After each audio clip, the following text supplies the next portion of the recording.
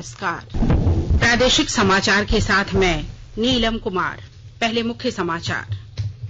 प्रधानमंत्री ने कहा, कोरोना धर्म, जाति और नस्ल देखकर हमला नहीं करता, लोगों से एकता और भाईचारा का आचरण बनाने की अपील। आज से लॉकडाउन में मिलेगी सशर्त ढील, हॉटस्पॉट इलाकों में छूट लागू नहीं, राज्य में भी खुलेंगे सरकारी दफ्तर, 33% कर्मचारियों के साथ होगा कामकाज। झारखंड में कल कोरोना संक्रमण के 7 नए मामले सामने आए। इनमें हिंदपीढ़ी के 5 और बेड़ो तथा सिमडेगा में 1-1। राज्य में कुल संक्रमितों का आंकड़ा 41 पहुंचा। और गृह मंत्रालय द्वारा लॉकडाउन में फंसे प्रवासी मजदूरों के आवागमन के लिए दिशा निर्देश जारी। 3 मई तक मजदूरों की अंतर्राज्यीय गतिविधियों को अनुमति नहीं। अब समाचार विस्तार से। प्रधानमंत्री नरेंद्र मोदी ने कहा है कि कोविड-19 वायरस रंग, नस्ल, धर्म, पंथ, जाति, भाषा या सीमा देखकर नहीं हमला करता है। उन्होंने कहा कि महामारी से निपटने के भारत के तौर तरीकों में एकता और भाईचारा होना चाहिए। श्री मोदी ने सोशल नेटवर्किंग वेबसाइट लिंक्डइन पर एक पोस्ट में कहा कि कोविड-19 वायरस का प्रकोप इतिहास में पिछली घटनाओं की तरह नहीं है।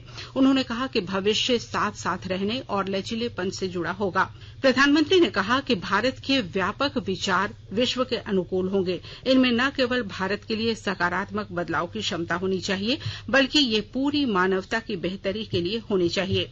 उन्होंने कहा कि विश्व आज एक नए व्यावसायिक मॉडल की ओर बढ़ रहा है और युवाओं का देश भारत अपने नवाचारों से नई कार्य संस्कृति का नेतृत्व कर सकता है।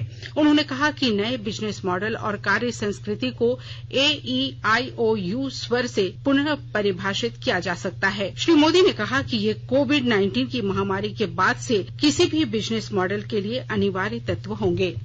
केंद्र सरकार आज से अधिसूचित सेवाओं में छूट दे रही है। हॉटस्पॉट घोषित किए गए इलाकों में यह छूट लागू नहीं होगी। राष्ट्रव्यापी लॉकडाउन 3 मई तक बढ़ाने की घोषणा के बाद लॉकडाउन का कड़ाई से पालन सुनिश्चित करने के लिए कई निर्देश जारी किए गए हैं, लेकिन कम आय वाले लोगों और किसानों की मौजूदा वित्तीय स्थिति को ध्यान में रखते हुए केंद्र ने कहा है कि जिन क्षेत्रों में कोविड-19 का हॉटस्पॉट घोषित किया गया है, वहां आज से कुछ और सेवाओं में संचालन की अनुमति दी जाएगी। मछली पालन और मछली उत्पादों की आवाजाही तथा इसमें लगे लोगों की गतिविधियों के संचालन की अनुमति दी गई है। दिशा निर्देशों में चाय, कॉफी और रबर बागानों में अधिकतम 50% कामगारों के साथ काम करने की अनुमति दी गई है।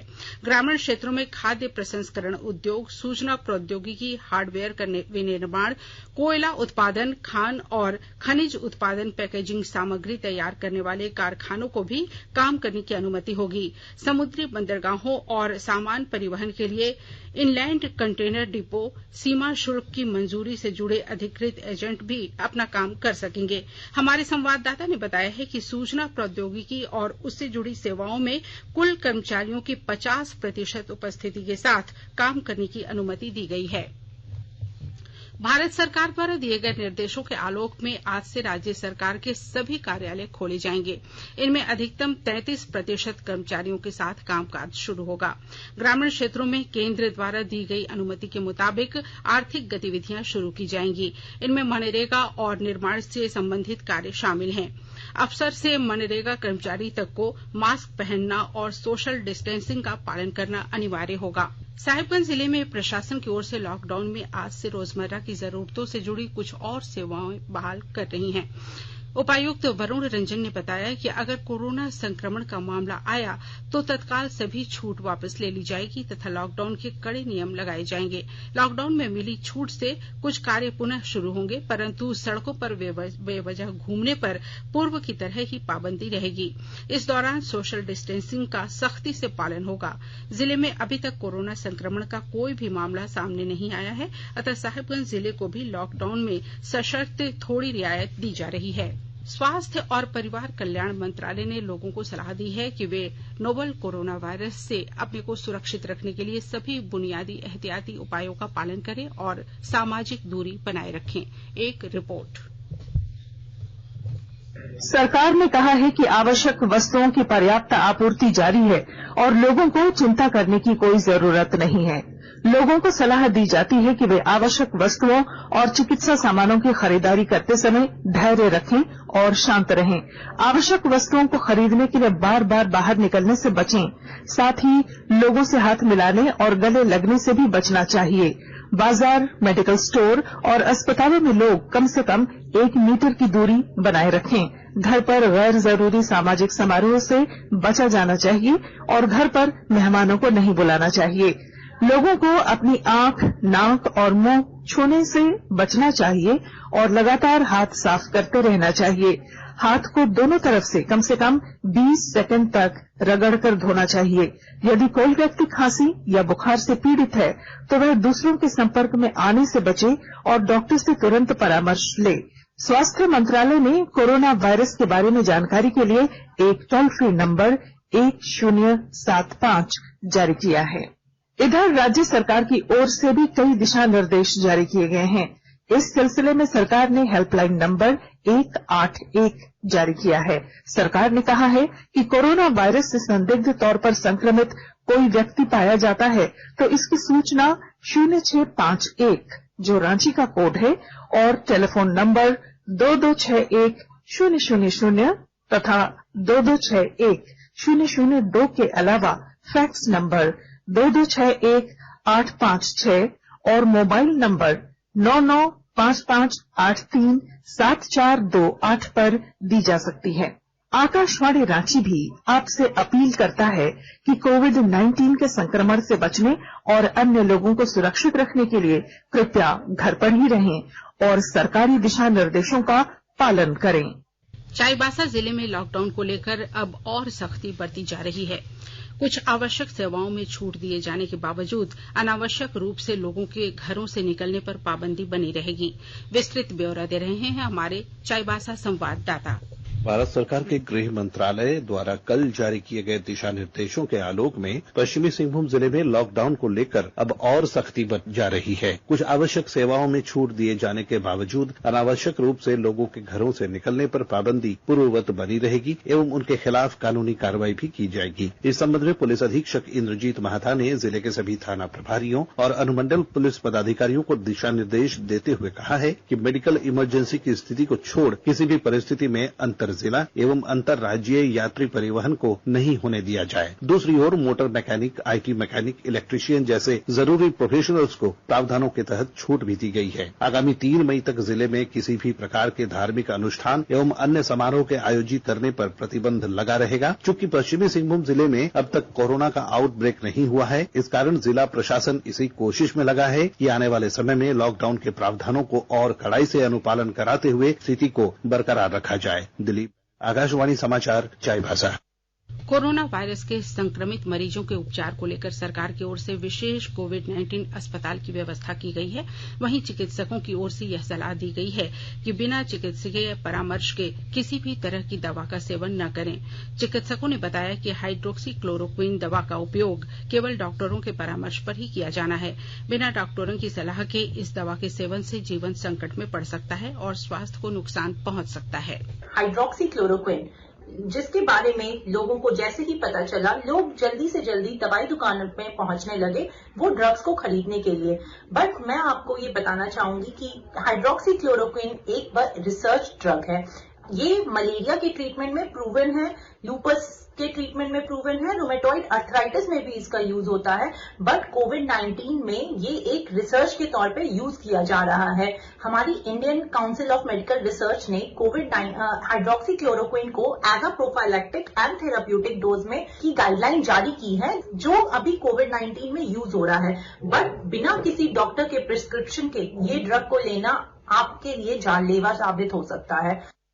आकाशवाणी के ताजा तरीन समाचारों के लिए आप हमारी वेबसाइट newsonair.com पर लॉग ऑन कर सकते हैं। ताजा समाचार ट्विटर @AIR न्यूज अलर्ट्स और Facebook page All India Radio news पर भी उपलब्ध है।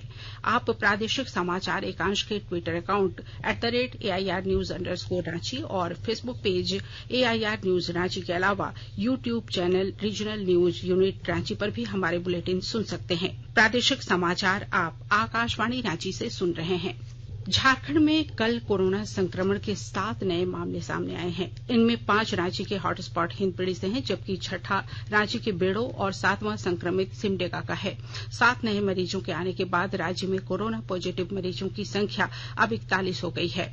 इनमें रांची के 24, बोकारो के 9, हजारीबाग, धनबाद और सिमडेगा के 2, कोडरमा और गिरिडीह के 1 मरीज शामिल हैं। कुल मरीजों में अब तक 2 की मौत हो चुकी है, जबकि अन्य 39 मरीजों का राज्य के विभिन्न आइसोलेशन वार्ड में इलाज जारी है। प्रधानमंत्री गरीब कल्याण पैकेज के अंतर्गत कई लोगों को लाभ प्राप्त हुआ है।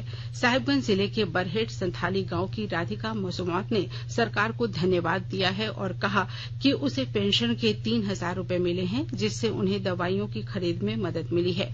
इसके अलावा राशन के चावल और गैस सिलेंडर की राशि उसके खाते में गई है, जिससे वह काफी खुश है और लॉकडाउन का पालन कर रही है। मेरा नाम है राधिका मसुमात। 3,000 टका मिला है विंध्याचल से, उसी से दवा दारू कर रहे हैं हम, उसी से सौदा पानी सब कर रहे हैं। चावल भी मिला है 10 किलो 2 महीना, और कोरोना इससे हम घर गैस सिलेंडर मिला है। कोरोना वही भात पानी कर रहे हैं। कोरोना से डर के हम लोग घर में रहे हैं। लॉकडाउन के बीच जमशेदपुर में माहे रमजान के दौरान मस्जिदों में इस बार सामूहिक नमाज नहीं होगी। लोगों से घरों में ही रहकर इबादत करने की अपील की गई है। विस्तृत ब्यौरा दे रहे हैं हमारे जमशेदपुर संवाददाता। लॉकडाउन के बीच 24 या 25 अप्रैल से माह ए रमजान का आगाज होगा। इतिहास में पहली बार रमजान के दौरान मस्जिदों में सामूहिक नमाज और इफ्तार में लोगों के जुटने से रोक लगाई जा रही है। साथ ही इस बार सेहरी पर जगाने वाले की आवाजें सुनाई नहीं देगी। सेहरी में लोगों को जगाने के लिए मस्जिदों में लाउड स्पीकर का इस्तेमाल नहीं किया जाएगा। वहीं रमजान के दौरान मस्जिदों में की जाने वाली सामूहिक नमाज पर भी पाबंदी रहेगी। यह निर्णय जमशेदपुर के उलेमा, मुफ्ती और झारखंड एक काजी की हुई वीडियो कॉन्फ्रेंसिंग में लिया गया। झारखंड एक काजी मुफ्ती आबिद हुसैन ने लोगों से अपील करते हुए घरों में ही तरावीह की नमाज अदा कर खुदा की इबादत करने को कहा है। इस दौरान सोशल डिस्टेंसिंग का भी ख्याल रखें। चांद 23 अप्रैल को दिखा तो 24 को पहला रोजा होगा, नहीं तो 25 अप्रैल से माह ए रमजान शुरू हो जाएगा। राजेश कुमार लालदास, आकाशवाणी समाचार, जमशेदपुर। गृह मंत्रालय ने राज्यों और केंद्र शासित प्रदेशों में फंसे औद्योगिक, विनिर्माण, कृषि और मनरेगा से जुड़े प्रवासी मजदूरों के लिए मानक परिचालन प्रक्रिया जारी की है। इसके अनुसार इन मजदूरों को निश्चित शर्तों के साथ राज्य के भीतर एक स्थान से दूसरे स्थान पर जाने की अनुमति होगी। स्थानीय प्रशासन मजदूरों को यात्रा के लिए भोजन और पेयजल उपलब्ध कराएगा। 3 मई तक मजदूरों की अंतर्राज्यीय गतिविधियों को अनुमति नहीं दी जाएगी। खूंटी जिले में कोरोना वायरस के संक्रमण से बचाव के लिए जिला प्रशासन आमजनों की जरूरतों को पूर्ण करने का लगातार प्रयास कर रहा है। सैनिटाइजर की कमी और इसकी मांग को देखते हुए JSLPS की महिलाएं लगातार मास्क और सैनिटाइजर के उत्पादन में जुटी हैं। खूंटी के सभी प्रखंडों और थानों में भी दीदियों द्वारा निर्मित सैनिटाइजर की मांग बढ़ी है। झारखंड ग्रामीण आजीविका मिशन से जुड़ी ग्रामीण सेवा केंद्र की महिलाओं द्वारा अब तक 30,000 से ज्यादा सैनिटाइजर की बोतलों का उत्पादन किया गया है। गिरिडीह जिले के मुफस्सिल थाना क्षेत्र के बजटो पंचायत में मिट्टी में दबने से 2 महिलाओं की मौत हो गई, जबकि 2 गंभीर रूप से घायल हो गईं। ये महिलाएं मिट्टी निकालने के लिए खेत में बने 7 फीट गड्ढे में उतरी थी। उसी वक्त अचानक मिट्टी गिरने से दब गईं, जिससे यह हादसा हुआ। मुफस्सिल थाना प्रभारी ने बताया कि घायल महिलाओं का सदर अस्पताल में इलाज चल रहा है। और अब संक्षिप्त खबरें। गिरिडीह जिले की डुमरी थाना पुलिस ने CRPF के सहयोग से कुख्यात CPI माओवादी नबी मियां को गिरफ्तार किया है। गिरिडीह में होमगार्ड से 71 हथियारों की लूट व बगोदर के तत्कालीन विधायक महेंद्र सिंह की हत्या समेत 15 मामलों में शामिल है। नागरिक उड्डयन मंत्रालय देश के दूरदराज के इलाकों में आवश्यक चिकित्सा सामग्री पहुंचाने के लिए लाइफलाइन उड़ान सेवाएं संचालित कर रहा है। और अब अंत में मुख्य समाचार एक बार फिर। प्रधानमंत्री ने कहा कि कोरोना धर्म, जाति और नस्ल देखकर हमला नहीं करता। लोगों से एकता और भाईचारा का आचरण अपनाने की अपील। आज से लॉकडाउन में मिलेगी सशर्त ढील। हॉटस्पॉट इलाकों में छूट लागू नहीं। राज्य में भी खुलेंगे सरकारी दफ्तर। 33% कर्मचारियों के साथ होगा कामकाज। झारखंड में कल कोरोना संक्रमण के 7 नए मामले सामने आए। इनमें हिंदपीढ़ी के 5 और बेड़ो तथा सिमडेगा में एक राज्य में कुल संक्रमितों का आंकड़ा 41 पहुंचा। गृह मंत्रालय द्वारा लॉकडाउन में फंसे प्रवासी मजदूरों के आवागमन के लिए दिशा निर्देश जारी। 3 मई तक मजदूरों की अंतर्राज्यीय गतिविधियों को अनुमति नहीं। इसके साथ ही आकाशवाणी रांची से प्रादेशिक समाचार का ये बुलेटिन समाप्त हुआ। नमस्कार।